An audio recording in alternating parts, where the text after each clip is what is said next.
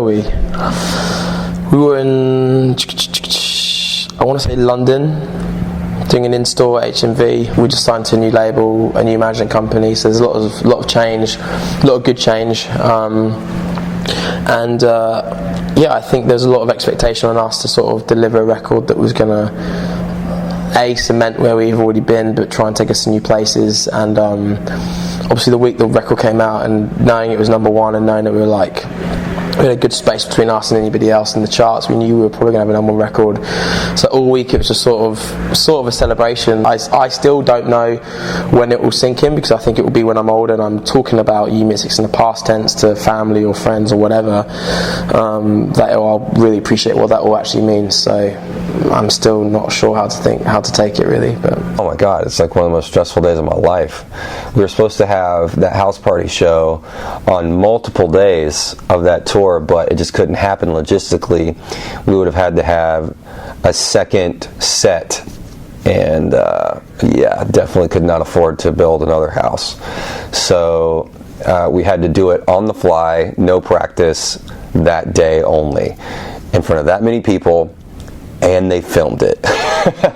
So it was pretty nerve-wracking. They even made us do some weird stuff video-wise before the gig, like playing some songs with nobody in the room. Everybody in the tour is like watching you do it, and we're just like, man, this is the weirdest day ever.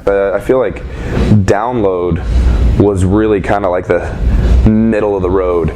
It was like, okay, I'm either gonna fall on my face right here, or I'm gonna really step it up and shine. And I had such a good time at that show. I remember getting the chills while I was on stage. I remember almost breaking down and crying when they were chanting my name, and it was just something like I'd never experienced before. Like it really did. I felt like I kind of stepped through the veil at that point. You know what I mean?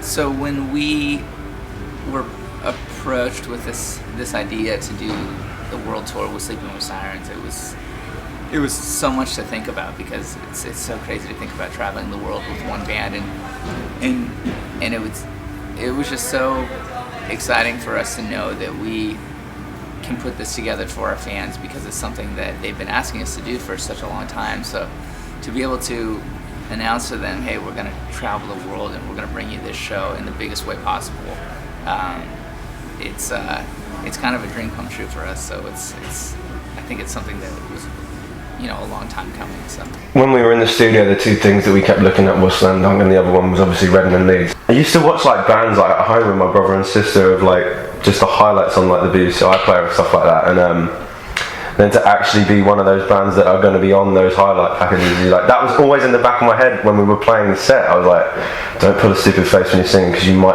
look awful on the television. But that show for me was, I genuinely believe it's the best thing we've done so far. I think we took a lot from Slam Dunk and trying to make it more of a show than just a band playing songs to people.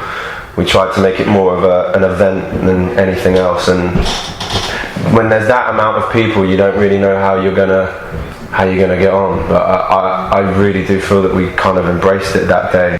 You're always playing, hoping you connect with the crowd in that way, and it happened for us on that stage in front of that many people. And I mean, those are the moments you hope happen, and it did there. So it was pretty exciting. Man, I get goosebumps just thinking about that.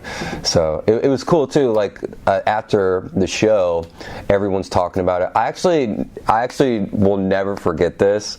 Alex from All Time Low was there when we were walking on stage, and I walked by him, go to give him a fist pound. We just toured together on House Party, and he goes, "Don't fuck this up."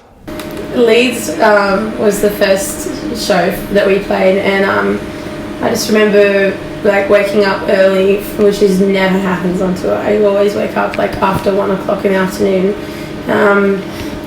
But I got up early, and we all stood out on the grass outside where the bus was parked, and we were just like, yep, it's happening. Like, we actually got to this point, because it was months and months and months in the making. Actually, that's not what he said at all. I totally forgot what he said, actually. But it was really good. Sorry, Alex. He didn't say, don't fuck this up at all. He said something along the lines of, some people are going to go out there today and kill it, and then some people aren't. You know what I mean?